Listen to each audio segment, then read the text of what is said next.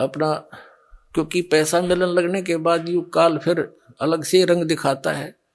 वह बढ़िया तो कपड़े पहने और गले में अपने बढ़िया जेवरात आभूषण बनवा लिए, तो पानी लेने के लिए, जल लेने के लिए कुएं पे इकट्ठी होया करती बहनें।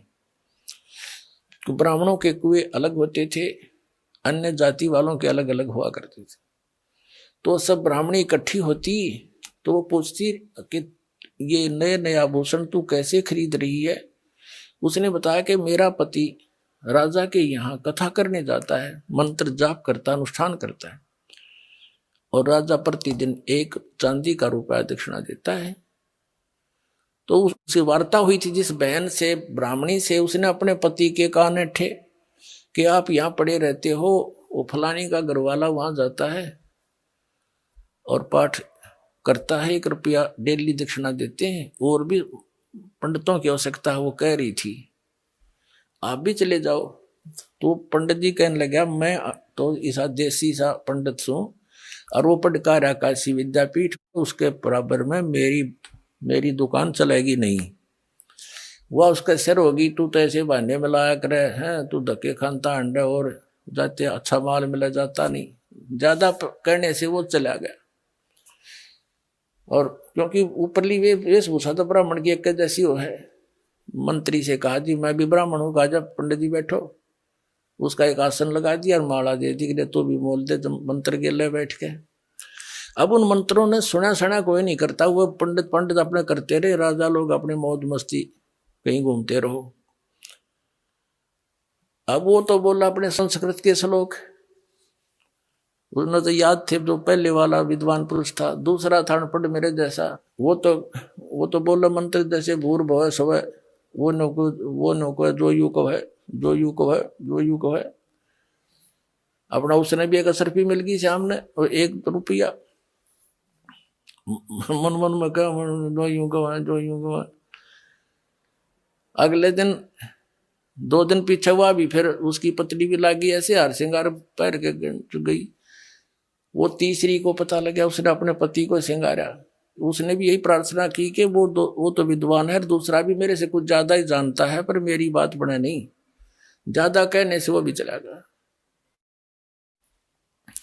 अब वो जो विद्वान था वो तो अपने बोल ही रहा था, उसने उधर ध्यान नहीं उनका, ये क्या बोलना, ठीक है ब्राह्मणों के बोलते रहेंगे अपने मंत्र।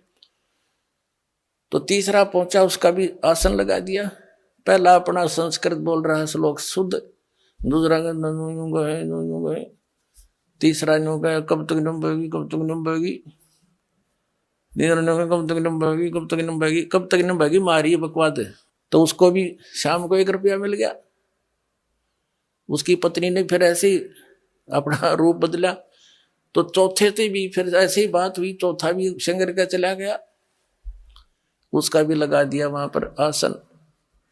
अब पहले वाला तो बोलता है शुद्ध संस्कृत के श्लोक, दूसरा कहता है तीसरा कहता कब तक नंबेगी, कब तक नंबेगी, चौथा बोला नंबर दे जब तक नंबेगी।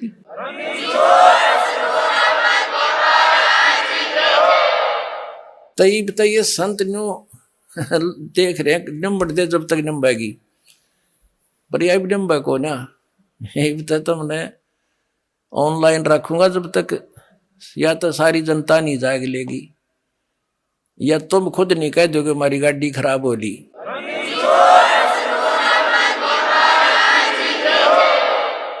एक भक्त कह रहा था कि 2-3 प्रकार के यात्री होते हैं। जैसे कोई बस जा रही है और बस रुकेगी और साथ में दूसरी बस खड़ी होगी, तो बुद्धिमान तो तुरंत समझ जाते हैं गाड़ी में कोई गड़बड़ है भाई, या झटके बटके मार के चल है, उतर कर तुरंत दूसरी में चढ़ जाते हैं। ये तो फर्स्ट टाइप के बुद्धिमान है। दूसरे ऐसे होते हैं कि कंडक्टर नीचे बढ़कर देखने लगेगा, वो समझ जाएगा कि ये तो गड़बड़ हो रही, तो तब उतरेंगे। और तीसरी टाइप के इसे निकट्ठू होते हैं कि कंडक्टर ड्राइवर भी दूसरी बस में चढ़ लेंगे ना, कति कंडम कह यार बगड़ दी भाई, बोला जब उतरा कर उस गाड़ी में। तो ऐसे जो बुद्धिमान व्यक्ति हैं, दास के संकेत को समझकर छोड़कर भाग जाओगे उनकी खराब गाड़ियों को, जिसमें वो सफर करना चाह रहे हो, पंचर हुई खड़ी, उनके टायर ने ट्यूब कुछ भी कोई ना, यानी कोई आधार ही नहीं है उनका गाड़ी का चलने का। राम नाम की गाड़ी जो बनाई बैठे हैं वो शास्त्र विरुद्ध साधक। और फिर शेष जब आओगे, जब उनके गुरुजी ने कह देंगे भाई सालो सचमुच हमारा तो हमारे पास ज्ञान नहीं था, वो भी बुद्धिमान व्यक्ति होता है जो न्यू कह दे भाई गाड़ी खराब हो रही या ठीक नहीं चल सकती और तुम अपनी व्यवस्था और कर लो।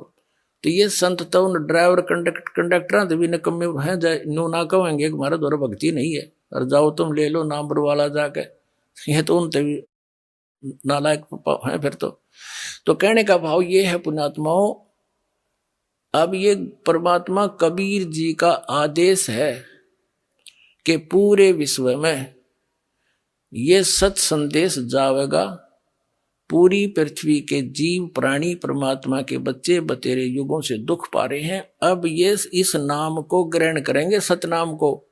न इसकी छींट भी ना लगने दी थी परमात्मा ने, अरे डंडोरा पिटवा दिया, अब बखेर रखा आपके ऊपर, वर्षा करवा दी सच्चे ज्ञान की, और सतनाम चौथे महीने मिल जाता है, और सार नाम भी अब आपको मिला प्राप्त हो रहा है, जिसको आज तक ये ऋषि महर्षि समझ भी नहीं सके।